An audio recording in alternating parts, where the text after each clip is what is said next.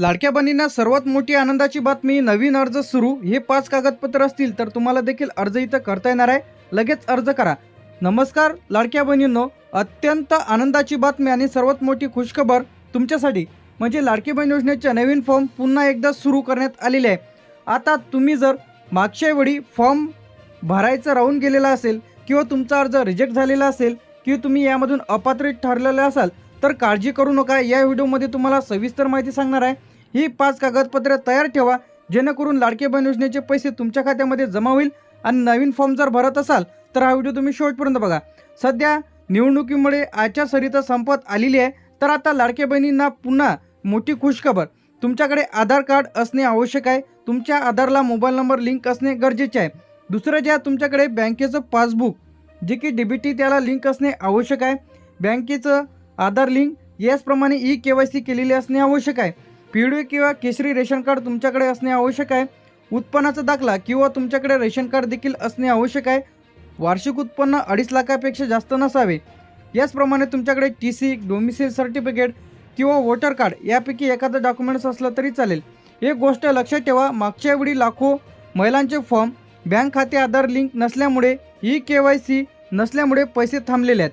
अशा महिलांनी लगेच तुम्ही तुमच्या बँक पासबुकला डीबीटी लिंक नसेल, डीबीटी लिंक करून घ्या. आता या महिलांना फॉर्म भरता येणार आहे. आता फॉर्म कसा भरायचा हे सुद्धा सांगणार आहे. महाराष्ट्रातील रहिवासी असणे आवश्यक आहे. जर तुम्ही महाराष्ट्रातील रहिवासी नसाल तर अशा महिलांना पैसे तर मिळणार नाही. वयाची जे काही मर्यादा आहे ते 21 ते 65च्या दरम्यान असणे आवश्यक आहे. यामध्ये कौटुंबिक माहिती, राज्यातील विवाहित, अविवाहित, घटस्फोटित, निराधार महिला तसेच एक विवाहित व अविवाहित अशा महिलांना अर्ज करू शकते. ज्यांचं वार्षिक उत्पन्न 2.5 लाखापेक्षा जास्त नसावे अशा महिला यासाठी अर्ज करू शकतात. यानंतर कोणाला फॉर्म भरता येणार नाही?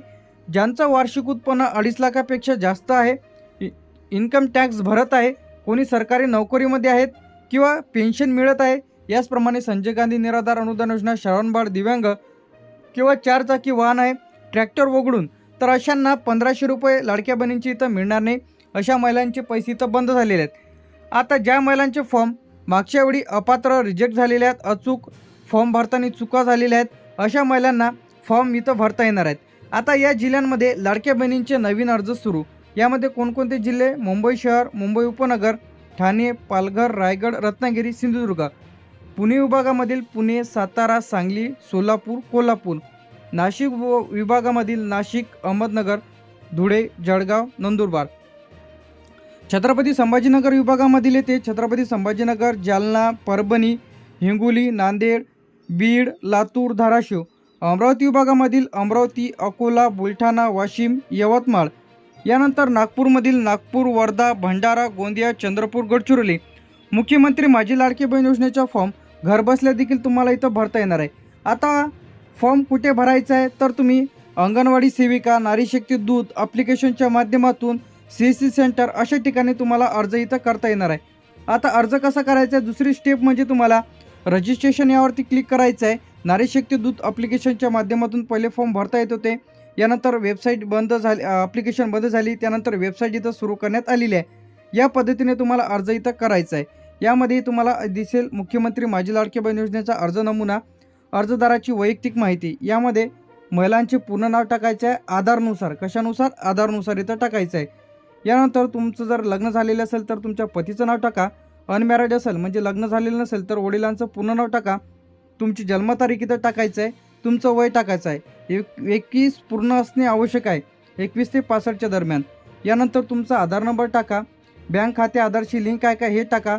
यानंतर तुमचं स्थिती टाकायची आहे. यामध्ये विवाहित आहे, अविवाहित आहे, घटस्फोटित आहे, निराधार आहे, जे काही असेल ते तुम्हाला इथं टाकायचं आहे. अविवाहित असेल तर यावरती क्लिक करायचं असं तुम्हाला.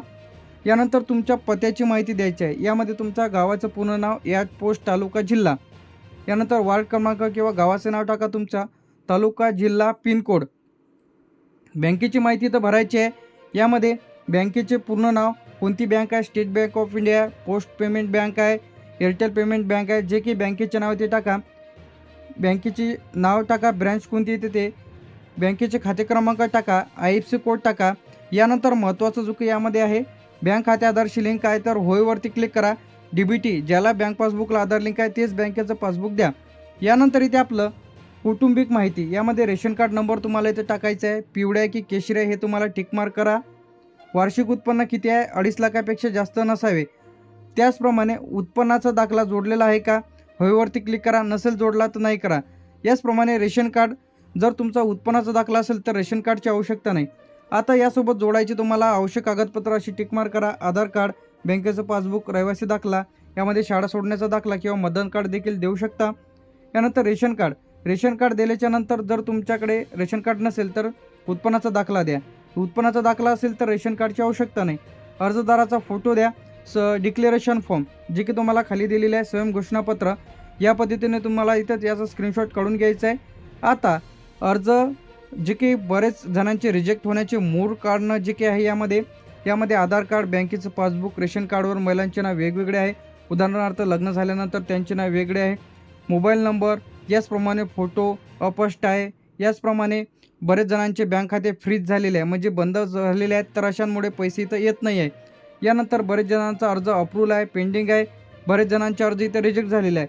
आता बरेच जणांचे अर्ज का रिजेक्ट झालेले आहे?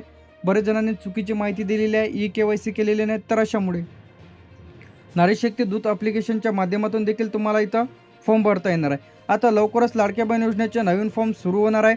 त्या संदर्भात सर्व अपडेट्स तुम्हाला आपल्या चॅनलला बघायला मिळेल, तर चॅनलला सबस्क्राईब करून ठेवा.